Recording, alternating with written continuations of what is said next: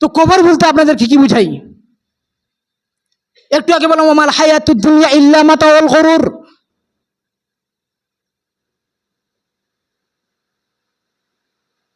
আন আবি হুরায়রা রাদিয়াল্লাহু তাআলা আনহু তিনি বলেন,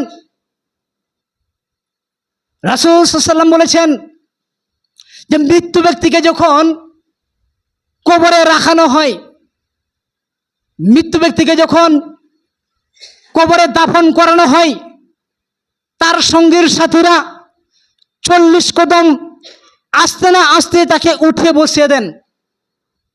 তাকে উঠে বসান। কি বললাম?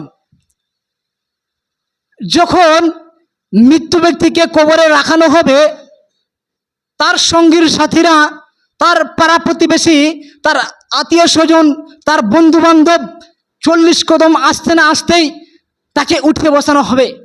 তখন জিজ্ঞাসা করানো হবে, ওই দেখো ওই ব্যক্তিটার সম্পর্কে তুমি দুনিয়ার বুকে, পৃথিবীর বুকে তুমি কি ধারণা করছিলে? তখন বলবে, হা হা লাদ্রি, আমি কিছুই জানি না।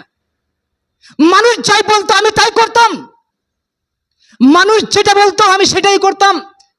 আসল কি ছিল, অরিজিনাল কি ছিল, সত্য কি ছিল আমার জানা নেই। তখন বলবে যে তুমি এই কথাই বলবে, আমার এটাই ধারণা ছিল। ওই যে দেখে নাও, তোমার স্থান হচ্ছে কি জাহান্নাম।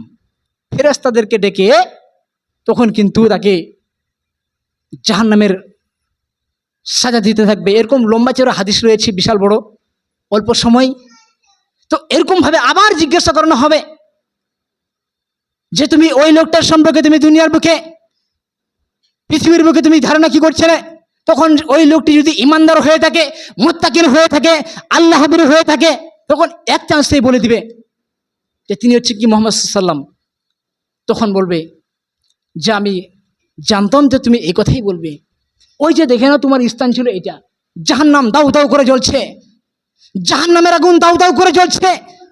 ওই লোকটাকে জিজ্ঞাসা করানো হবে যে ওই যে দেখো তোমার স্থান ছিল জাহান্নাম, আল্লাহ তোমার স্থানকে পরিবর্তন করে জান্নাতের নিদর্শন দিয়েছেন যে তুমি জান্নাতের মধ্যে চলে যাও।